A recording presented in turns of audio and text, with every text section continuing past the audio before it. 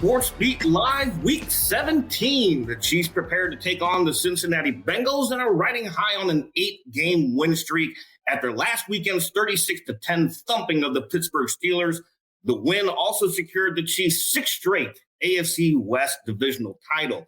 I'm joined by my colleagues, the esteemed Vahe Gregorian. Where is your cup of coffee, my friend? There you go. It's the one with Goldie Buttercup and Ralph on it that was made for us by our friend Ashley.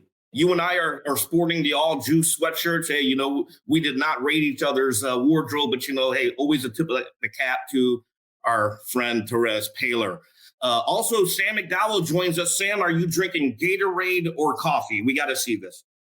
I got nothing with me, Herbie, but if you guys had given me the memo, I would have worn my T-shirt.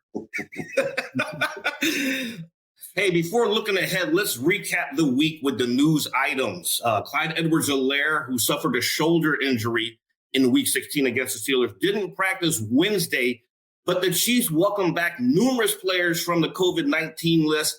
Sam, who's back, and what does it mean for Sunday's game? I don't know. They got the list right in front of me, Herbie. Maybe I should go to you for this. But everybody, that's the quickest answer is everybody is off the COVID list. That includes Harrison Butker, Travis Kelce, Nick Bolton, Lucas Niang, Tommy Townsend. The Chiefs were practicing with a full squad yesterday with the exception of Edwards-Helaire, and then Mike Hughes missed it for personal reasons. Yeah, and the other good news for the Chiefs as well is Tyrann Mathieu, who left Sunday's game with a quad injury. Hey, Coach Andy Reid said, quote, "He's feeling great," end quote. So he practiced in full and was not on the injury report. So that means he's probably going to be just fine for Sunday's game. But let's talk about that COVID list real quick, though. Are there any concerns on conditioning? And Sam, I know we heard Patrick Mahomes talk about Tyreek Hill, what he noticed on the field. And even Chris Jones had mentioned, trying to get back in shape.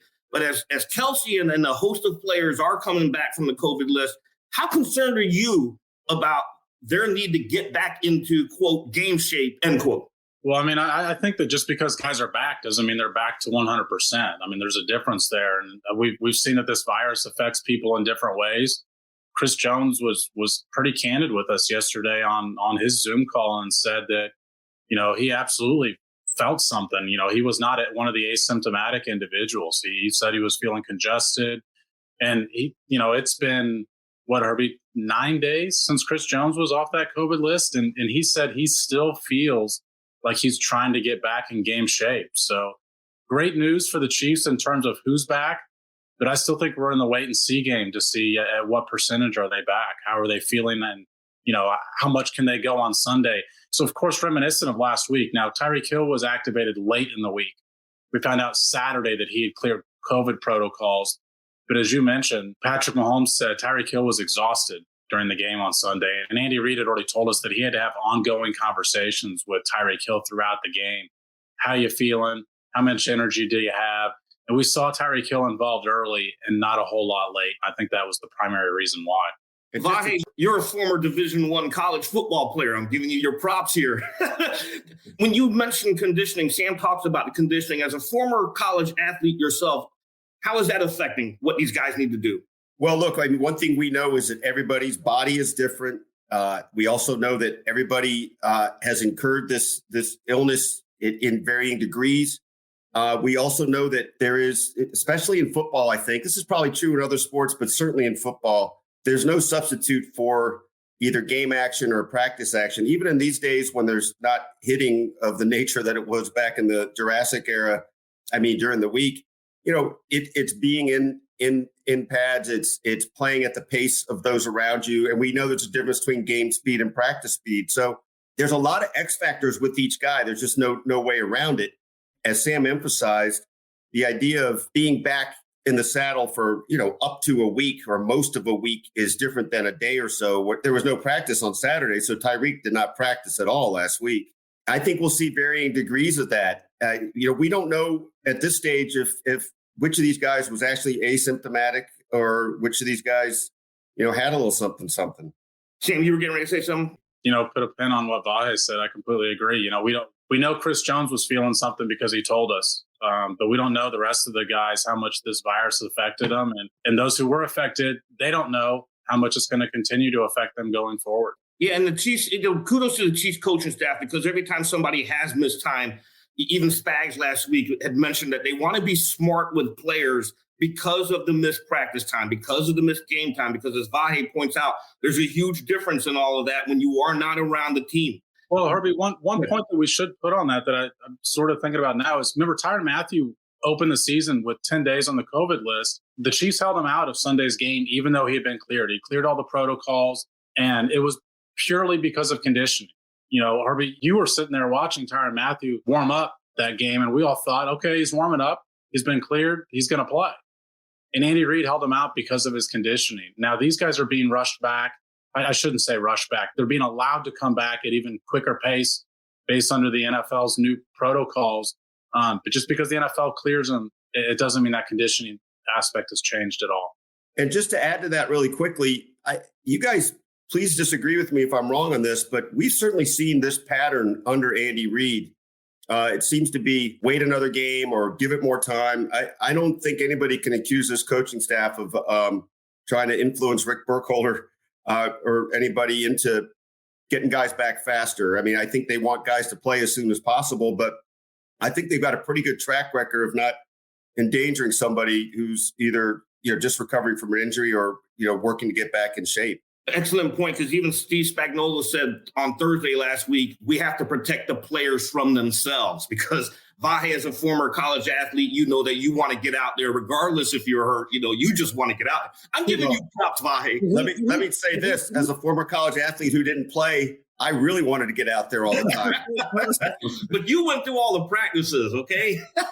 Yes, I did. That was the hard part. Did he pay you for all these drops? I mean, how many are you going to drop today, Herbie? The fact that Vahe played college football. Hey, we have a subject matter expert on our panel here when we can talk about this kind of stuff, okay? Hey, transitioning to some of the sad news of the week. The NFL mourned John Madden, who passed away Tuesday morning at the age of 85. Andy Reid had a close relationship with Madden, who even offered advice to Reid to take the Chiefs job in 2013. Here's what Reid said Wednesday on his friend's passing.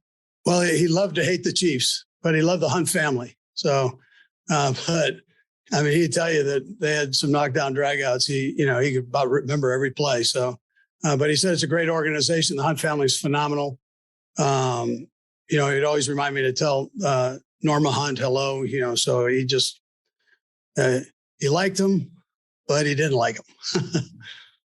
You've always said that you are a teacher when it comes to being a football coach, and that was obviously something John was passionate about. Just what do you feel like John taught you most about how to be a teacher? Well, he was a player's guy. I mean, he would talk to them, communicate, and he did the same with us, with the fans on TV. I mean, that's what he did. So that's why we all loved him. He kind of taught us the game in a simple way where everybody felt like they could go play.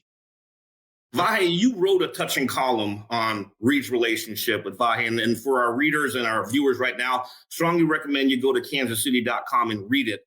What is the depth of their relationship, and how did this affect Andy? I think Andy was working extra hard to suppress a level of emotion yesterday. That's just my gut feeling, but he gave some answers that were a little bland, but you could tell there was more in the answer. And I thought it was, again, maybe I'm reading too much into this, but I thought it was very interesting that he ended the call by thanking the media for asking so many questions about John. You could tell this is an important relationship to him. I wish we could have just had a session talking to Andy about John, because I think he would have gone deeper into the period of time, which I think was long lasting, where they talked once a week with Andy as part of that subcommittee, but also as friends. John gave him a lot of encouragement in Philadelphia, especially when Andy was having some similar episodes to what John experienced in Oakland, winning a lot in the regular season and losing big playoff games. That they commiserated, and it was kind of fun that when Andy spoke of the first time he met Madden, getting in the Madden Cruiser and getting a lap around parking lot at Lambeau, I think Andy referred to it as the thrill of a lifetime. What's interesting to me, just one other quick side point, is that John Madden seemed to occupy a place in the profession, obviously from a couple of different standpoints, but that younger coaches, and Andy at that point really was a younger coach, really looked at him as iconic. And it was because I think he had such a sort of charisma and everyman quality that everybody could see something in him. And if he took an interest in you, then I think that just affected you forever. And for whatever reason, whether Andy was joking about them being linemen or that they like to eat or they're both from California, I think the fact that they both had linemen in their past was part of it too. There was a very natural connection between them. Sam, you wrote a line in your article yesterday on the players' reaction to John Madden. I thought was like, it really hit me because you said it was generational. How did the players react to, well, we had Chris Jones and Patrick Mahomes yesterday, but how did they react to the news of John Madden's passing? Yeah, I think that, like Vahe mentioned, John Madden had a relationship with the next generation of coaches. And the relationship, the connection with Andy Reid makes a ton of sense because I just think their personalities are a lot alike. I mean, they do have that players, coaches mentality. And then I think you had the next generation that watched him as a broadcaster. They grew up listening to John Madden explain the game to them. And of course, the Madden telestrator was, innovative at the time. And then you still have this generation of the current players who are playing the video game that John Madden put his name to in 88, I think it was. If you watch that documentary that Fox played a week ago, John Madden was pretty instrumental in making that Madden game as realistic as it could possibly be. That game was designed back on 8-bit, and they thought, there's too many people on the field at once. We've got to get rid of some of the linemen. It's the only way this is going to work. And he said, I'm not involved unless you've got all 11 guys on the field, including the linemen. And, obviously his voice was on the game for years and years and years. And so a lot of people who never saw John Madden coach, who never heard him announce a game, still felt a connection to John Madden through that video game. And that's what Patrick Mahomes and Chris Jones said. Patrick Mahomes has been he's graced the cover of the video game twice. And kids grow up, Chris Jones included, just wanting to play with their own person in the Madden game. And so that was a really cool aspect to hear Chris Jones describe. Patrick Mahomes said he played the game with his dad. Said his dad made him cry because he always beat him. He always took the Vikings with Randy Moss in the game. I played the hell out of that game. I don't remember the Vikings being the team to beat. I remember you didn't want to play against Michael Vick. But yeah, it's going to continue too. That's what's so cool about it. I mean, we're talking to the players now, but the next generation of players are going to know who John Madden is because of that video game as well. That video game came along a little too late for me. You're missing out. That was great. I'll have to maybe see if you've got a version of it still at the McDowell home and do a pop-in. There was a Sports Illustrated board game. I don't know if any of our audience is old enough to remember that, but we would play that forever. And it involved a lot of picking cards and rolling dice. And somehow even that seemed captivating. I can't imagine how just engrossed you would be with a game where you actually feel a sense of physical control, not to mention having your name on it. I was not big into video games as a kid, but I bought Madden every year. And it was usually the only game I bought. It was the reason I had a PlayStation was to play Madden. And every single year I bought the updated version of it. We're sitting here reminiscing on John Madden. And actually, y'all mentioned what he meant to you. I think for me, growing up, and, we're all men of a certain age, right, Vahe? At least two of us are. We certainly remember the Miller Lite commercials. Who could not appreciate and fall in love with John Madden as he's busting through the walls and boom. That's what I remember the most about John Madden. And he introduced a lot of people to football. Even if you didn't like the sport, you came to love the sport because of the way he would break it down. I thought it was phenomenal. What was fun too, and this is spoken from somebody who didn't grow up here, but again, I was born in 1961, so the heyday of a lot of Chiefs Raiders stuff, from on into the late 60s and early 70s. Even if you lived in Texas or on the East Coast where I lived, obviously we didn't get that many football games then, but you could almost always count on an AFC West or NFC West game late afternoon as the second game. And I can't tell you how many times I remember seeing Raiders Chiefs or seeing just Madden's unique posture on the sideline. And he just seemed like another guy, right? You didn't know that he had a way of really reaching these players. You just knew they were successful. And I think that was a part of his appeal, right? And Andy explained that a little bit yesterday. He just made it seem like a simple game you could go play. Patrick said that, I guess, actually. Well, speaking of a simple game, this is actually transitioning into what the Chiefs face in Week 17. You got the Cincinnati Bengals. They've got 3 players on offense with more than 1,000 yards, both of their wide receivers and their running back, Joe Mixon. How simple is this game? The Chiefs are currently in the driver's seat for the number 1 seed as long as they don't lose and the Titans don't catch them. So what do the Chiefs need to do this game, Sam? You got Joe Burrow over there. This when you look on paper, this is a pretty prolific offense, right? Yeah, and I think it's going to be for a while. I mean, those guys that you mentioned are all under 25 or younger, including the quarterback. So this could be a team that the Chiefs face for a few years now in these sorts of situations. Huge game. I think it's a bigger game for the Bengals than it is for the Chiefs. I mean, a lot of people are probably wondering, can the Bengals compete at this level? And this is their opportunity to prove it on their home field. So the Chiefs are going to be facing a team that I think emotionally is going to be on a high.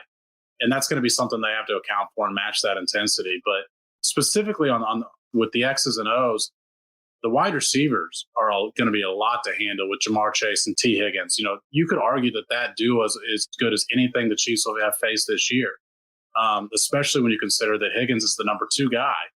And so, to me, the big matchup is the secondary. You've got to pressure Joe Burrow because you can't allow those guys even more time to get open. But yeah, I think the Chiefs are going to give up some points. This defense has been fantastic over the last 8-9 weeks. But I do think because of the 2 wide receivers that it's their biggest test yet since they sort of had this midseason turnaround here. Vahe, what do you think about this game? Look, I like how the Chiefs are playing. I was thinking about this, that they've kind of drawn a line in the sand, but after that 3-4 start, but that I think inherently a line in the sand means it's able to be changed, right? So that every game remains a proving ground. And I think the Chiefs are the team to beat right now, but it doesn't make them invincible in any way. And they'll be incentivized. I think, there's a lot at stake here for the Chiefs too, probably not to the degree of the Bengals, and knowing that the Chiefs are kind of top dog, I think that adds something to what everybody feels going into a game with the Chiefs these days. So I think the Chiefs will need their A game. I think if the Chiefs play their A game, they'll win this game. Yeah, I tend to agree with you as well. I think when you look at the Bengals and even all the teams in the AFC, the Chiefs are the team that they want to measure themselves against. When I look at this Chiefs team and this 8-game win streak, they are truly coming together. The past month in December, they averaged 35 points per game. Mahomes was averaging 277 yards passing per game. He won the AFC Offensive Player of the Month for December. I think there's just entirely too much here for the Bengals to handle, even at their own home station. Would you all agree with that? And I'm predicting the Chiefs to win this game. Yeah, I mean, that's even, those stats you mentioned with Patrick Mahomes, I mean, he's set out 4th quarter, the past 2 home games with the Raiders and the Steelers. I know he threw 1 pass last week against the Steelers, but heck, even most of the second half, they were just running the ball. I think you've seen a new version of the offense. It's funny how often we talked about these deep shells and what are the Chiefs going to do? And Patrick Mahomes literally faced a question about has the NFL figured you out? Have they figured out the Kansas City Chiefs? And this is part of how the NFL works. I mean, it's adjustment, and then it's an adjustment to the adjustment. And it took the Chiefs a while, but they've readjusted to what they're seeing. Part of that is just not turning the ball over, and part of that is just they had some bad bounces, some bad luck along the way. But they've figured something out here, and part of it is his connection with the receivers. Part of it is, I think, giving the playbook just back to Patrick Mahomes over these past couple of weeks. But they're a different team than they were early in the season. And crazy enough, it's because Patrick Mahomes has been a different player than he was in the mid part of the season. Look, the Chiefs have evolved, obviously, as a team in multiple ways. And in a lot of ways, the defense is the most, astonishing or most pronounced, however you want to put it. But in fits and starts, Patrick and the offense have evolved too. And what's interesting, to add on to what Sam said, okay, it is adjustment. But all of that means that the Chiefs' array of ways to adjust has increased. It's too bad for them that they struggled early in the season, but all the things that they've seen now adds to what they have in their holster for dealing with seeing it again or other variations they're going to see. So I think you can make a case that they're better rounded, more prepared, more versatile than maybe they've even been in the last couple of years. We'll see. It depends a little bit on what the line continues to do, and a little bit about who they've got in the backfield. Yeah, that's a very good point, because if Edwards-Helaire doesn't play, then, the Chiefs are down to Darrell Williams, Derek Gore, fullback Michael Burton, and Jerick McKinnon might be coming back this week. He was designated to return to practice. He's been on injured reserve with a hamstring injury, so he might be available if Edwards-Helaire doesn't play. But you know what? We mentioned adjustment, and as we get ready to wrap down the show, we on SportsBeat Live will have to adjust without producer Beth. Producer Beth, where are you? Come on there. For our viewers who don't know and for our readers who don't know, behind the scenes of every production is the unsung hero. And for us, the unsung hero has always been Beth Walsh. She has produced numerous SportsBeat Lives and even podcasts across the Kansas City Star over the past few years. Unfortunately, this is her last show with us as she gets ready to move on to other things. Beth, we just wanted to bring you on to say thank you so much for everything that you have done for us, especially us. You kept us in line. Vahe and Sam, if you have anything special you want to say to Beth before we turn the floor over to her. This show doesn't run like it does without Beth. So there's a lot of stuff behind the scenes she has to deal with, particularly Vahe's technology issues. Or sometimes even mine as well. You guys see the 30 minutes we get, and you probably think, hey, that could run a little bit more smoothly. Imagine what it would be like without Beth. So we'll certainly miss having her here. Yeah, I would just add that Beth's the glue, and you can see the adjustments we all kind of make in mid-show. Sometimes we make them better than others, but if Beth had her way, we'd have better backgrounds all the time. It's kind of neat to see Beth's background here. You're looking like you set it up well, Beth, but we were all grateful to you, and you've been a constant for us in a real time of flux too, and a cheerful constant at that. Take it away, Beth. Oh no. See, this is why I like being a producer, because I don't have to get on and say things. Thanks to our viewers. You guys are a really good audience. You ask really good questions. You make really good comments. And you all are lucky to have these guys as your Kansas City sports source, because they are consummate professionals. They are fantastic writers and okay speakers. They're all right. We all in Kansas City are very lucky to have this team of sports writers. But as for me, I have been at the Star for almost 16 years. Doing this show for about the last 3. I came in starting to do this around 2019, which was a really pretty good year to start doing, the Chiefs show. It was quite a ride. And doing this has been a real privilege for me. And I'm going to miss you guys. This is a fun part of the day for me. Well, believe me, Beth, and I'm sure I speak for everyone, and even our former colleague Sam Mellinger, and even for Blair Kirchhoff, who I'm sure is watching, and Blair, continue on with your recovery. We will miss you terribly. Just on that one. And with that is a wrap as the Chiefs get ready to face off against the Cincinnati Bengals. For Vahe Gregorian, for Sam McDowell, and for producer Beth, I'm Herbie Teope. A very good Happy New Year to everyone out there. We will see you post-game Sunday on SportsBeat Live.